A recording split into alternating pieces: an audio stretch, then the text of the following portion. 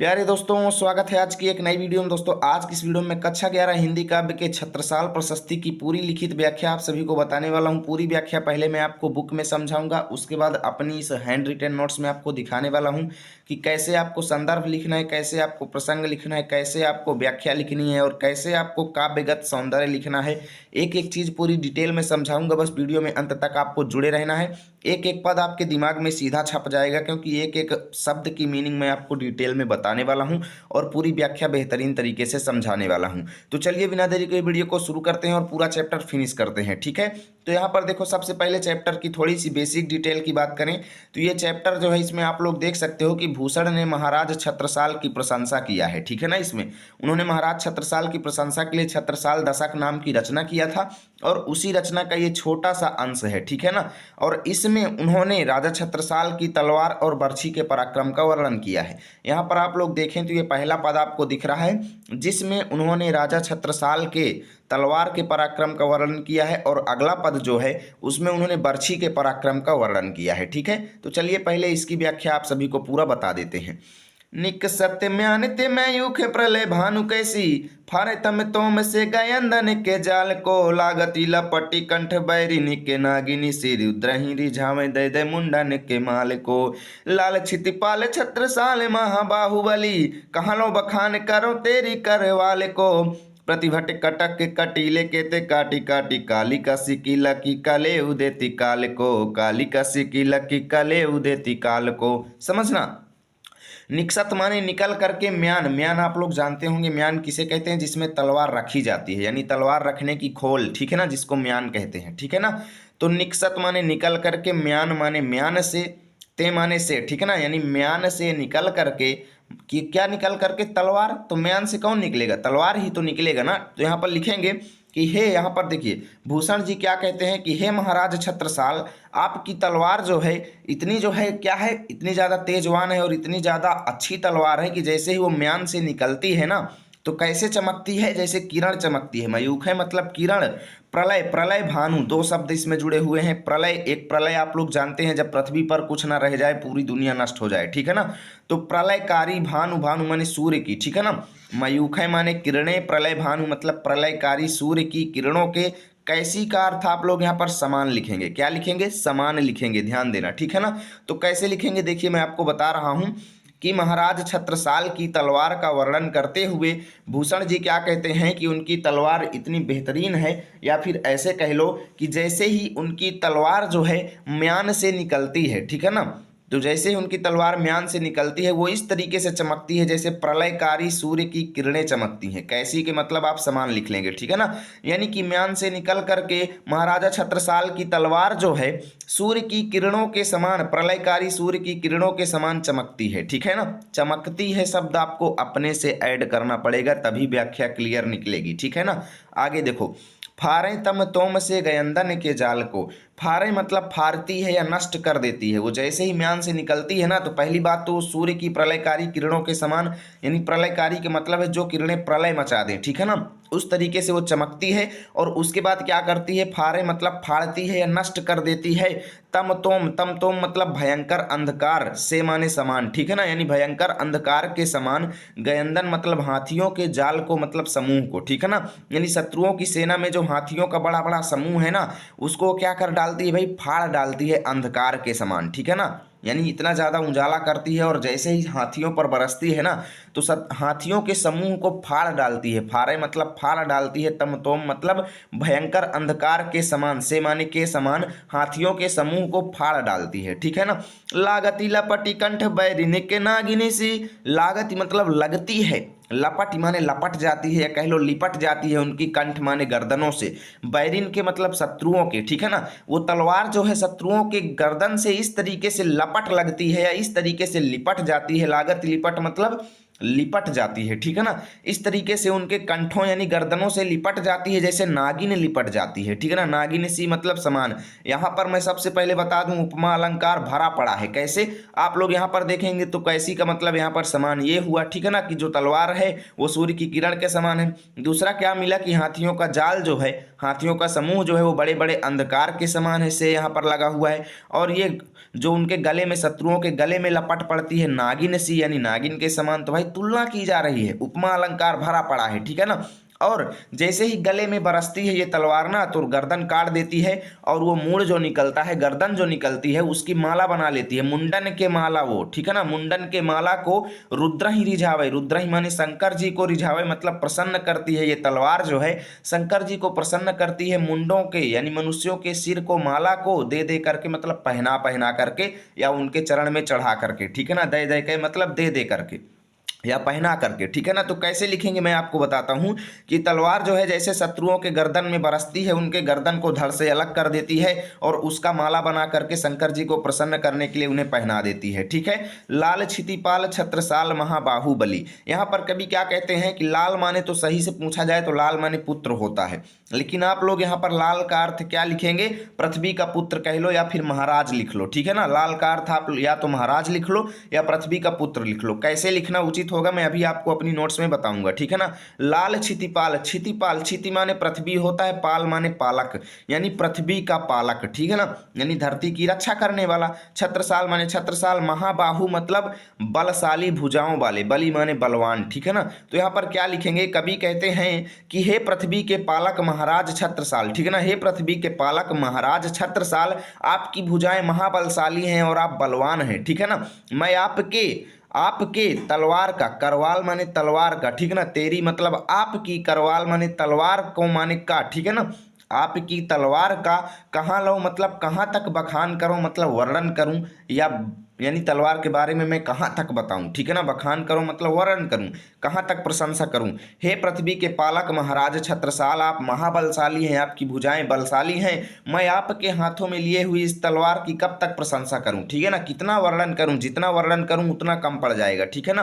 प्रतिभट कटक कटीले केते काटी काटी, ये तलवार आपकी ऐसी है कि प्रतिभट, प्रतिभट भट्ट माने योद्धा होता है, ठीक है ना, भट्ट माने योद्धा, कटक माने सेना, ठीक है ना, प्रति माने शत्रु आप लोग यहाँ पर लिखेंगे, ठीक है ना, कि आपकी ये तलवार ऐसी है कि शत्रुओं की सेना के बड़े बड़े योद्धाओं को, ठीक है ना, शत्रुओं की सेना के बड़े बड़े योद्धाओं को, केते मतलब कितनों यानी बहुत सारे, ठीक है ना, शत्रुओं की सेना के बहुत सारे योद्धाओं को, कटीले मतलब कटीड़ी झाड़ियों के समान, ठीक है ना, कटीले मतलब कटीली झाड़ियों के समान, काटी काटी मतलब काट काट करके, ठीक है ना, यानी कि शत्रुओं की सेना के बड़े बड़े योद्धाओं को कटीली झाड़ियों के समान काट काट करके, कालिका सी मतलब काली माता के समान, ठीक है ना, काली माता के समान, किला की माने प्रसन्न हो करके, कलेऊ मतलब नाश्ता, ठीक है ना, कलेऊ इसी को कलेवा कहते हैं, ठीक है ना, सुबह का कलेवा यानी सुबह का नाश्ता, ठीक है ना, या फिर कह लो आहार। देती मतलब देती है, काल को मतलब मृत्यु को, ठीक है ना।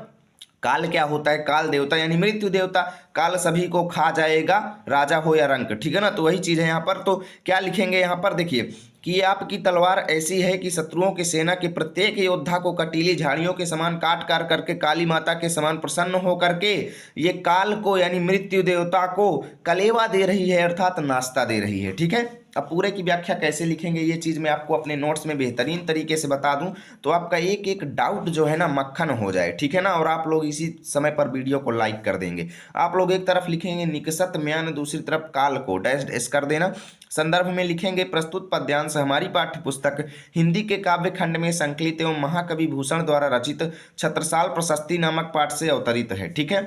अब देखिए मैं बार बार संदर्भ नहीं बताऊंगा, सभी में सेम रहेगा, इसलिए आप लोग इसको स्क्रीनशॉट करके रख लेना। प्रसंग में लिखेंगे इस पद्यांश में कवि ने महाराज छत्रसाल की तलवार के पराक्रम का बहुत ही सुंदर वर्णन किया है, ठीक है। व्याख्या देखो, महाकवि भूषण जी कहते हैं कि महाराज छत्रसाल की तलवार म्यान से निकलते ही प्रलयकालीन सूर्य की किरणों के समान चमकती है, जो भयंकर अंधकार के समान शत्रु सेना के हाथियों के समूह को चीर देती है, अर्थात नष्ट कर देती है। कवि कहते हैं कि उनकी वह तलवार नागिन के समान शत्रुओं के गले से लिपट जाती है और उनके सिर काटकर उनकी माला बनाकर शंकर जी को प्रसन्न करने के लिए पहना देती है। कवि कहते हैं कि ये हे महाशक्तिशाली भुजाओं वाले पृथ्वी पालक महाराज छत्रसाल, आपकी तलवार के पराक्रम का वर्णन कहाँ तक करूं, ठीक है ना। आपकी यह तलवार कटीली झाड़ियों के समान दुख देने वाले शत्रुओं के समूह को काट काट कर काली माता के समान किलकारी मारते हुए मृत्यु को अर्थात यमराज को आहार देती है, ठीक है। काव्यगत सौंदर्य देख लो, रस वीर रस छंद मनहरण कवित्व रहेगा, भाषा ब्रज गुण ओज अलंकार तो उपमा भरा पड़ा है, अतिशयोक्ति यानी बढ़ा चढ़ाकर वर्णन किया गया है, पुनरुक्ति प्रकाश भी है क्योंकि एक दो शब्द दो बार रिपीट हुए हैं, ठीक है। चलो चलते हैं अगले पद पर। भुज भुज गेस की में संगनी भुजंगिनी सी खेदी खेदी खाती दी दारुन दलन के बख्तर पाखरन बीच धंसी जाती मीन पैरी पर जाते पर वाह ज्यों जलन के रैया राव चंपती के छत्रसाल महाराज भूषण सकै करीबा खान को बलन के पक्षी पर छीने ऐसे परे पर छीने वीर तेरी बरछी ने बर छीने हैं खलन के। अब देखो इसमें बरछी का वर्णन किया गया है, पहले वाले में तो तलवार का वर्णन था, इसमें बरछी का वर्णन किया गया है। तो महाराज छत्रसाल की बरछी का वर्णन करते हुए कवि यहाँ पर क्या कहते हैं कि महाराज छत्रसाल, हे महाराज छत्रसाल आपकी भुज मतलब आपकी भुजाएं जो हैं, भुजगेश, भुजगेश मतलब भुजंगों के एस, भुजंगों के एस, भुजंगों के ईस कौन है, भुजंगों मतलब सांप और सांपों के राजा मतलब महाराज शेषनाग। तो क्या कहते हैं कि आपकी भुजाएं जो हैं शेषनाग की भुजाएं हैं, की मतलब की, ठीक है ना, आपकी भुजाएं शेषनाग की भुजाएं हैं। महाराज छत्रसाल आपकी भुजाएं जो हैं शेषनाग की भुजाओं के समान हैं। और वैसंगनी भुजंगनी सी, वैसंगनी मतलब जीवन भर साथ निभाने वाली, ठीक है ना, वैसंगनी मतलब इनको जोड़ लीजिएगा, ठीक है ना, वैसंगनी मतलब जीवन भर साथ निभाने वाली, भुजंगनी सी मतलब भुजंगनी माने नागिन, ठीक है ना, भुजंगनी मतलब नागिन, सी मतलब समान। और आपकी ये जो बर्छी है, बर्छी तो यहाँ पर लिखा नहीं गया है लेकिन आपको अपने से ऐड करना है, और आपकी ये जो बर्छी है ये जीवन भर साथ निभाने वाली नागिन की समान है, ठीक है ना, भुजंगनी मतलब नागिन की समान है, क्योंकि जो सांपों के राजा शेषनाग हैं उनके जीवन भर साथ निभाने वाली साथी कौन है, नागिन। तो वैसे ही आपकी जो भुजाएं हैं वो अगर शेषनाग बन गई तो आपकी जो बर्छी है वो नागिन बन जाएगी, ठीक है ना। तो कैसे लिखेंगे कि हे महाराज छत्रसाल आपकी भुजाएं जो है शेषनाग के समान है और आपकी ये जो बर्छी है जीवन भर साथ निभाने वाली उस नागिन के समान है, ठीक है ना। जो खेदी खेदी खाती दी दारुन दलन को, खेदी खेदी मतलब खदेड़ खदेड़ करके दौड़ा दौड़ा करके, खाती है मतलब नष्ट करती है, दीह माने बड़े बड़े, दारुन माने भयंकर भयंकर, दलन के मतलब शत्रुओं के समूहों को, ठीक है ना, दलन के मतलब शत्रुओं के समूहों को। ये आपकी बर्छी जो है दौड़ा दौड़ा करके खदेड़ खदेड़ करके शत्रुओं के समूह को खा डालती है, बड़े बड़े भयंकर भयंकर शत्रुओं के समूह को खा डालती है। और बख्तर पाखरन, बख्तर माने कवच होता है, ठीक है ना, जो शरीर में पहना जाता है जिससे तीर वगैरह लगने से क्या होता है, सुरक्षा होती है। बख्तर माने आदमियों को पहनाने जाने वाला सुरक्षा कवच, और पाखरन मतलब हाथियों को पहनाने जाने वाला सुरक्षा कवच, ठीक है ना। पाखरन क्या होता है, हाथियों को पहनाया जाने वाला सुरक्षा कवच जिससे हाथियों की जान बच सके, ठीक है ना। तो क्या कहते हैं कि आपकी बर्छी जो है ये सुरक्षा कवच, मनुष्यों के सुरक्षा कवच में और हाथियों के सुरक्षा कवच के बीच में इस तरीके से धंस जाती है, इस तरीके से घुस जाती है कि जिस तरीके से मीन यानी मछली जो है, जो माने जिस प्रकार मीन माने मछली जो है जल के लिए, जलन के मतलब जल के लिए, ठीक है ना, जलन के मतलब जल के लिए, पैरी मतलब तैर करके, ठीक है ना, पैरी मतलब तैर करके, पार मतलब पार, जात माने जाती है यानी पार कर जाती है, जिस तरीके से मछली जो है जल के लिए तैर करके पार जाती है। प्रवाह, प्रवाह मतलब प्रवाह को, ठीक है ना, यानी जल के तीव्र प्रवाह को, प्रवाह मतलब प्रवाह को यानी जल के तीव्र प्रवाह को यानी बहाव को, ठीक है ना, प्रवाह माने जल के तीव्र बहाव को। तो क्या कहती हैं कि ये आपकी बर्छी जो है उसी तरीके से मनुष्य के सुरक्षा कवच और हाथियों के सुरक्षा कवच के बीच में धंस जाती है, जिस तरीके से मछली जो है जल के प्रेम के लिए क्या करती है, जल के प्रेम के लिए जल के तीव्र बहाव को चीर करके घुस जाती है, ठीक है ना, तैर करके, पैरी मतलब तैर करके। आगे क्या कवि कहते हैं कि रैया राव चंपती के छत्रसाल महाराज, रैया राव मतलब राजाओं के राजा, ठीक है ना, राव माने राजा, रैया मतलब राजाओं के। तो लिखेंगे कि राजाओं के राजा, चंपती मतलब चंपत राय, देखिए चंपती कौन थे, छत्रसाल महाराज के पिता थे, ठीक है ना। तो लिखेंगे कि राजाओं के राजा छत्रसाल महाराज, देखिए राजाओं के राजा चंपत राय के पुत्र हे छत्रसाल महाराज, ठीक है ना। कैसे लिखेंगे कि राजाओं के राजा चंपत राय के पुत्र महाराज छत्रसाल भूषण सकै करी बखान को बलन को। भूषण कवि कहते हैं कि हे राजाओं के राजा महाराज छत्रसाल, ये चंपत राय के पुत्र महाराज छत्रसाल आपके बल का, ठीक है ना, बलन के मतलब आपके बल का, बखान मतलब वर्णन, को माने कौन, करी सके मतलब कर सकता है, आपके बल का बखान माने वर्णन, को करी सके मतलब कौन कर सकता है, ठीक है ना। आगे देखिए, पक्षी पर छीने ऐसे परे पर छीने वीर तेरी बर छीने बर छीने हैं खलन के। कभी क्या कहते हैं कि पक्षी पर, यानी कि पक्षी मतलब पक्षियों के पर माने पंख को, पक्षियों के पर माने पंख को छीन लेने पर, ठीक है ना, छीन लेने पर जो स्थिति उसकी होती है, यानी अगर पक्षियों के पंख को छीन लिया जाए तो वो मुंडे मुंडे पड़े रहते हैं मरे एकदम, ठीक है ना। तो वही कहते हैं कि जिस प्रकार पक्षियों के पंखों को छीन लिया जाता है तो उनकी जैसी स्थिति हो जाती है ना, ऐसे ही मतलब परे मतलब पड़े हुए हैं।